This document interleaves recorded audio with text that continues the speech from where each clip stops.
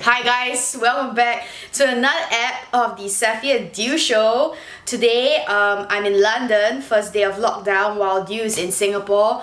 Phase 2 lifestyle, yeah? Let's go! First day of lockdown.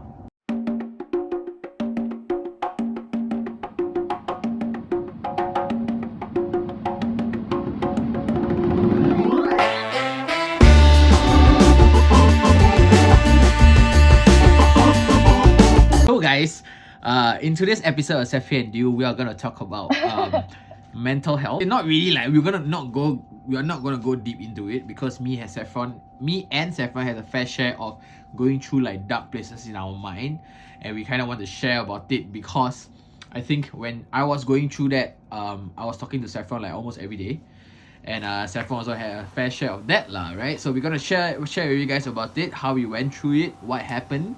Yeah, how to keep positive. Saffron, when did yours happen? Like, it's not really like one incident. Like, I think since young I always had like quite bad anxiety. I just didn't know like it was anxiety. I think because I'm always studying, right? So I'm always very stressed. So like since I was in JC, like I've always been like juggling like school and work, and then plus A-levels, and then like moving forward I had very bad insomnia. So with regards to like sleeping and like having a natural body clock, like my body is quite sensitive to this kind of thing. So sometimes when I can't sleep, like I go into a very very scary like headspace. I always think about like committing suicide just because I can't sleep. But it's been like a long-term issue for like many years really, since I was like 17. But now it's better because I try to regulate my sleep cycle. I came back to London, I wasn't really like doing anything because it was kind of like lockdown anyway. It's just that, and I was in uni, and like uni's at home, so it's like fucking waste my time. And I was like running my business remotely from London, and I was like feeling very like overwhelmed. I guess because like I kind of have to be in like two places at once, and when I'm in that headspace, I just feel like very pulled in like different directions. It's like, you know, you always ask me to come back, and like you mean the best when you say like, oh, you can come back, and like, you know, like all your life is waiting for you in Singapore. It's like, yeah, I know that my life in Singapore is like fucking lit. Like I have a lot of opportunities for myself, and my life in Singapore is very stable. My friends are all there, and but also at the same time, like I also want the same in London. That's why I moved here, and like seeking a new like path for myself. But it's like very hard, like because I'm constantly reminded of like all the stuff that's happening back home, and like, oh, if I'm home I can do like X, Y, and Z. If in London I can't do X or Z or Y or whatever, and like it's a lot harder to like make opportunities in London because I don't know as many people. And even so, like So will you say right now the trigger is that you don't know whether you made the right choice? yeah, I suppose, but like you have to think about the fact that like it is the right choice, like no matter what. I guess it's like that's how I view it now lah, because if I'm like in that headspace where I think it's not the right choice, then I will feel damn miserable here. Plus my boyfriend is in London as well, so I mean like 50% of the reason why I came back, okay, let's just say it's like 60%. 60% of me coming back is... There was no reason why you would go back to London during this during this pandemic, because Singapore obviously had better control of it lah. So when you wanted to go back, I didn't question it. I was just like, okay lah, she misses her boyfriend lah, maybe she should go.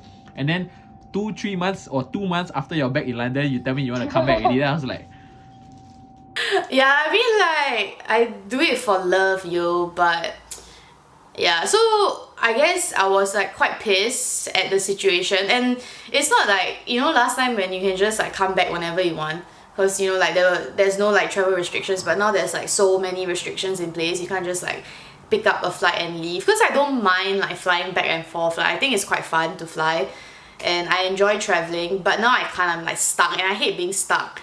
And I think that's my problem. Like I'm damn impatient, and like I feel like I'm like very addicted to like instant gratification. Like I need like to see results now. If I don't, then I'll just like go fucking crazy. I think what's hard for you is because I would say your career is here. Like, I Yeah. mean, let's say, okay, I don't want to use the word influencer, but let's just put it that way because everybody understand the terms, right? Everybody understand that term. So, like, your influencer career is here. Going to London, Yeah. you have to rebuild it. And of course, when you go to Yeah. London, everything's just like... Yeah, dude, I'm just like, yeah, it's just like I don't really, and now it's like because of COVID, there's like no events and there's no like going out and meeting people. It's a lot harder also because that's like 50% of my job. And I have a manager here, but they are also telling me that it's quite hard lah, because honestly there's nothing much going on. And I would say Singapore has a lot more money in terms of like influencer budget, because they value, I would say like we don't have very big like celebs, but in UK there are so many celebs. So there's like boxers, there's like footballers, there's like reality stars, you know, like influencers are just like a backup thing.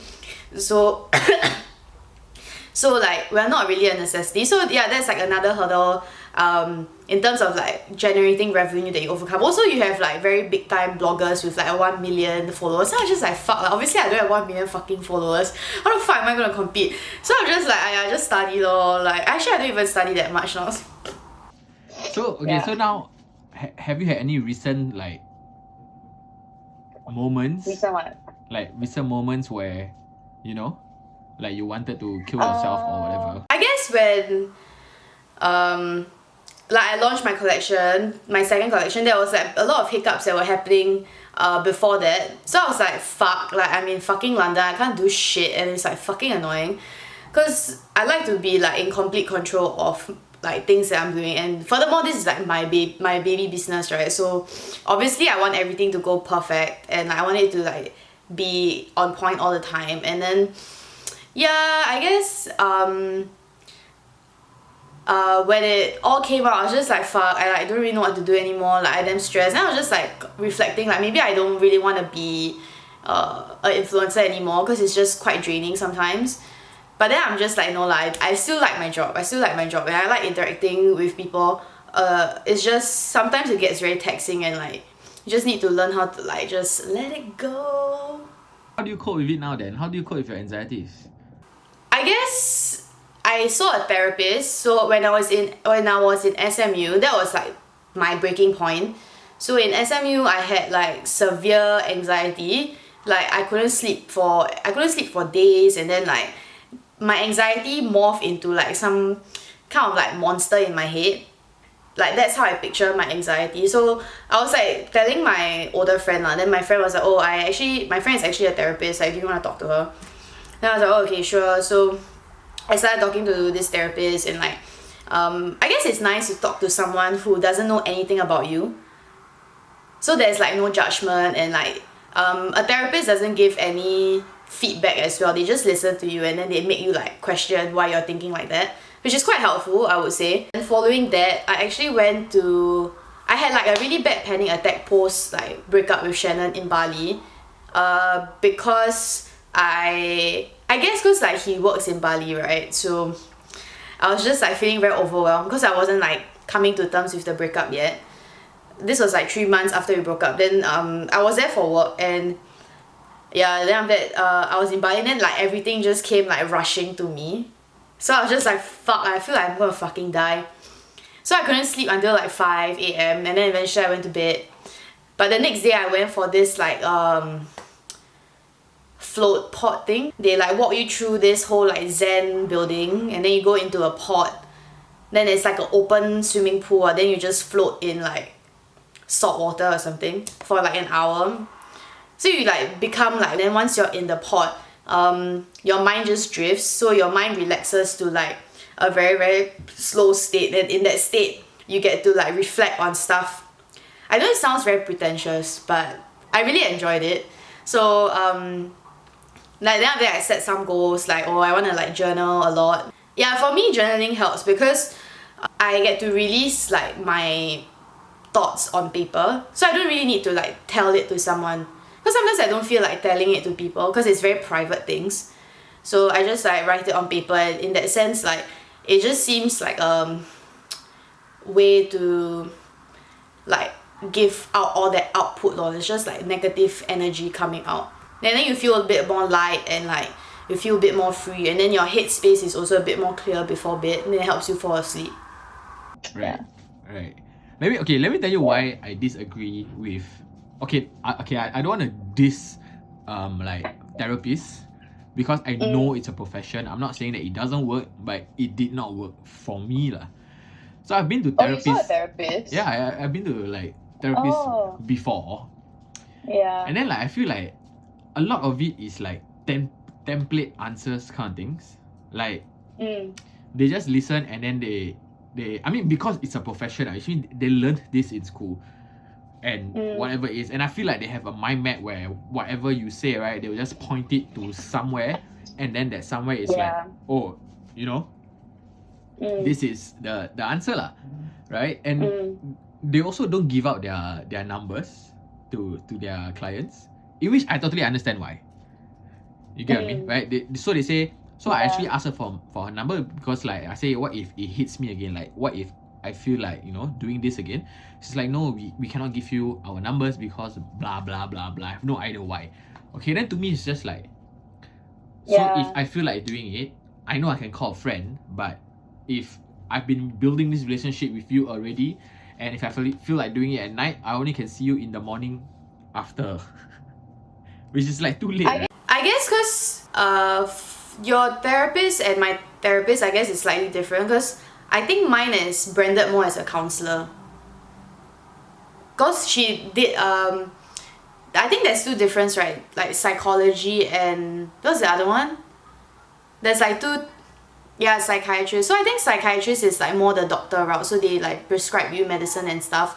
But psychology is a bit more like sincere in terms of like their mind mapping. I'm not exactly sure, but when I was like experiencing all this like highs and lows, I was talking to my friend who's doing a PhD in Australia. Then he was like saying that Singapore's mental health is actually really bad, because they focus a lot on medicine and not really on like how you can unbox all these things by yourself.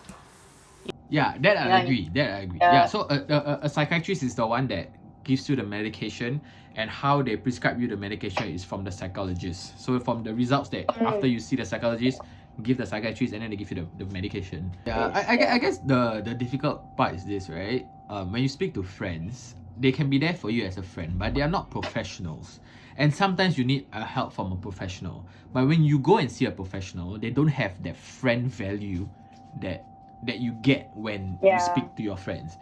And that's why I choose not to see them, because number one, it is expensive lah. Number two, it's just that it's just like there, and like some of them really take their time too seriously. Like if you go over 1 hour, and then they will charge you more.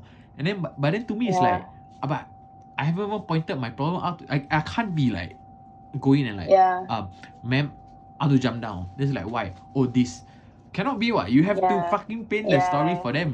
Okay, actually I would say that Singapore do have a problem with mental health, and this is why I think Singapore has a problem with it, because I think Singapore is a very fast-paced country, and it creates this idea that Singaporeans are very strong, that we are trained to be like this, right? Expectations from your parents and from your friends to make it in Singapore is actually very high. And then, for example, if you think that you have a good job in Singapore, there's always someone doing better than you, and it's very hard for a lot of people to get that, like to accept that. Yeah, and it's not easy also lah. I mean, like our friends, I wouldn't say our friends are superficial, but I would say it's more commonplace to talk about how much you earn and what you're gonna do in your next 5-year plan. Like coming here, like when I hang out with my boyfriend and his friends, they're all very like, I wouldn't say they're relaxed. Like they have their own passions, but they take it more like chill, like more relaxed. So like, for example, like before they start their own business, they didn't really know what they wanted to do, and they were just like fucking doing nothing. But then one day they realized, oh, I actually wanted to open like my own like pizza restaurant or work in a wine bar because I love wine. But prior to that, they didn't really know what to do, and other people don't judge them for that. But if you take this scenario in Singapore, like everybody's gonna say shit, like it's like, what the fuck, you're so useless, like all you do is like stay at home, do nothing. And it can be a good thing, but it's also quite negative as well, because like the good side is obviously like it motivates you to constantly seek out opportunities for yourself and like be a productive member of society. But on the other hand, if you have no idea what you want to do and you're just doing it for the sake of doing it, you can also end up like really miserable. Like, you know, like you meet a lot of people who are just doing like banking for the sake of banking because it's a good job, not really because they like it, and then after like 10 years of earning their money, oh, they actually wanted to be a baker. You know, that's like the usual route, because like they want the stability first, right? I mean, naturally, yes, it makes more sense, but it also, if whether you can tahan, like if you can like deal with the 10 years of being miserable in your job, no. Yeah. Yeah.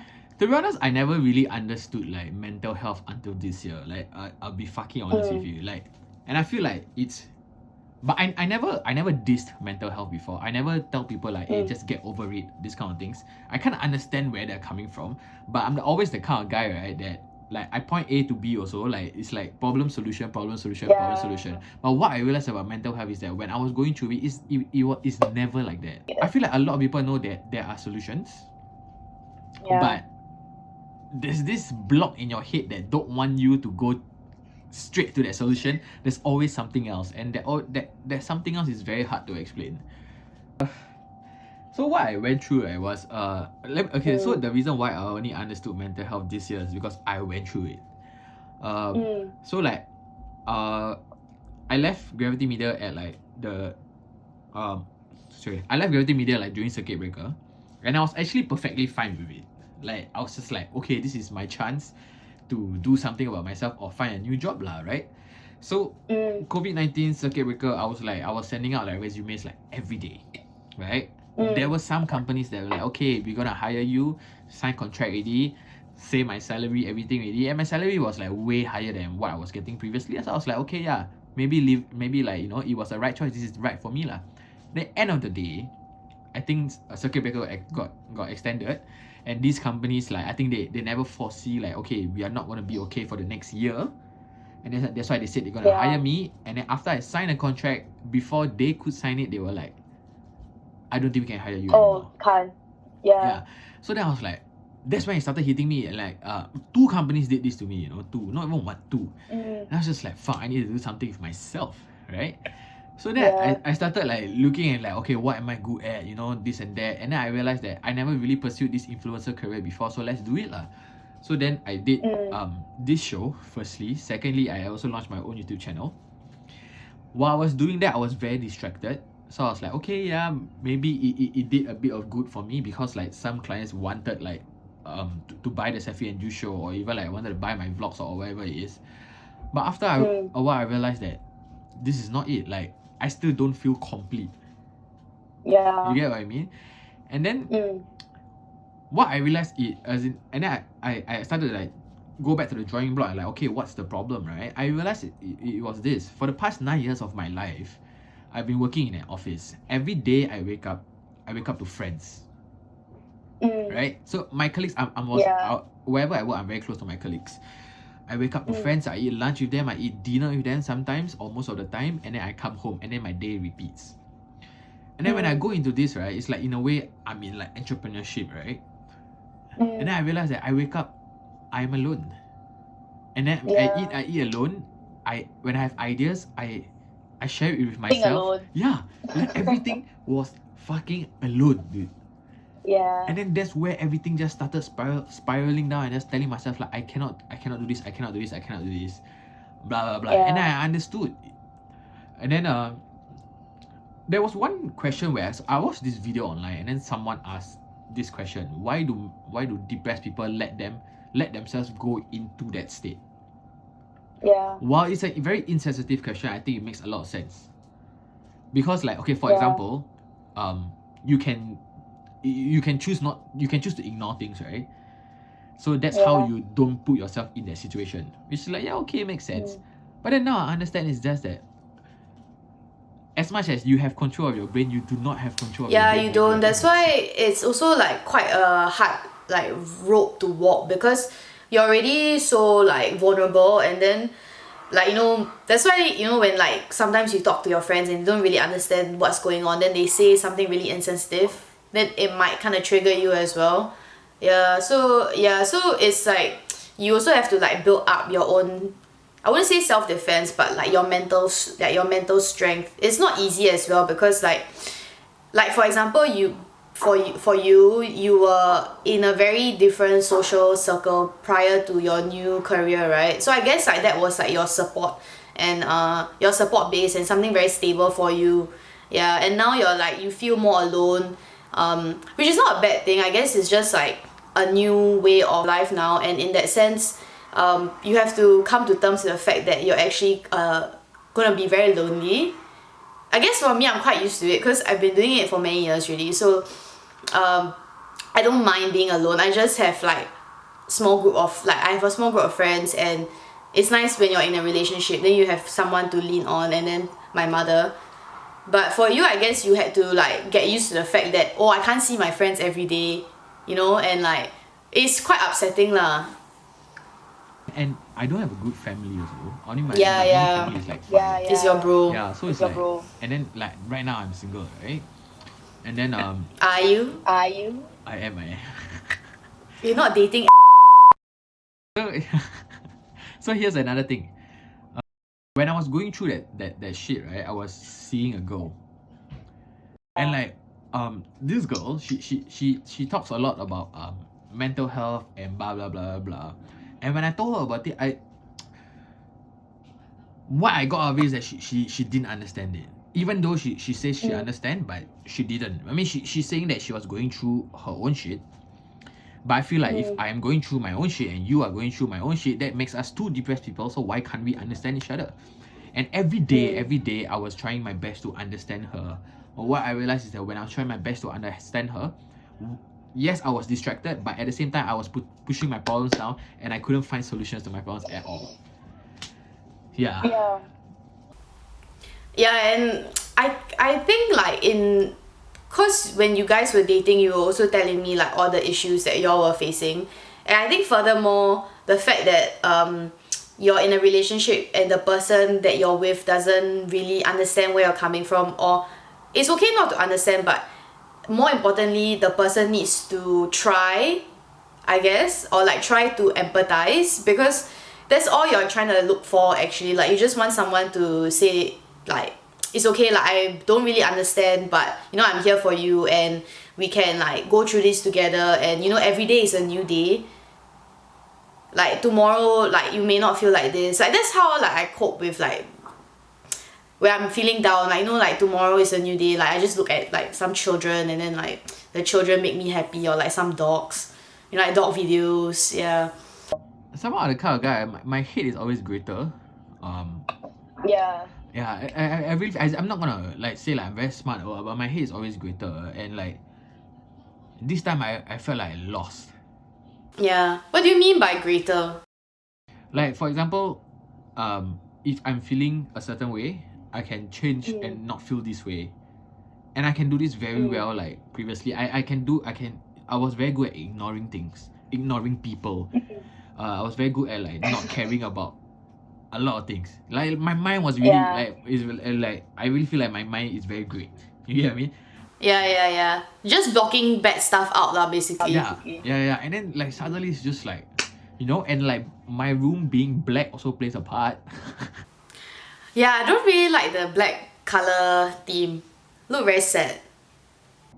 I went into that entrepreneur mode. I was a bit lost also, because like the fuck? Like now Like you cannot like replicate anybody's route. It's your own. You cannot route. like replicate So when anybody's route. It's your own route. So when I also like when I first started out like my own business and everything, like I also didn't really know what to do, because you constantly have to seek out your own route. So it's not as simple as like working in a job like office where it's kind of like chartered for you. You just need to go to work. It's quite rewarding. In a way, there is no wrong decisions, because like who's gonna tell you you're wrong? Like if you are wrong and then the business does badly lah, right? And like right now I don't have any employees, because like you know, like I'm doing everything on my own. So it's like if I make a wrong decision, it's all on me. And like which is also very stressful. Yeah, it's like, is this the right decision or not? And like there's so much pressure putting on me, because like in a way they are my investors, and then we are also business partners. So like if I lose, Yeah. you also lose. If we lose, it's on me. One of the biggest takeaway, like I will want to advise like the people watching this, is that if someone comes to you with their problems, like never find solutions for them. Don't ever find solutions for them. Don't even try to bring out the good things that they have in life.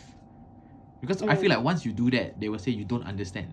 And you don't want them to say you don't understand. Because for a fact, you know yourself that you don't understand, but you don't say that you don't understand. You don't tell them, let them tell you that you don't understand, because they came to you to tell their problems.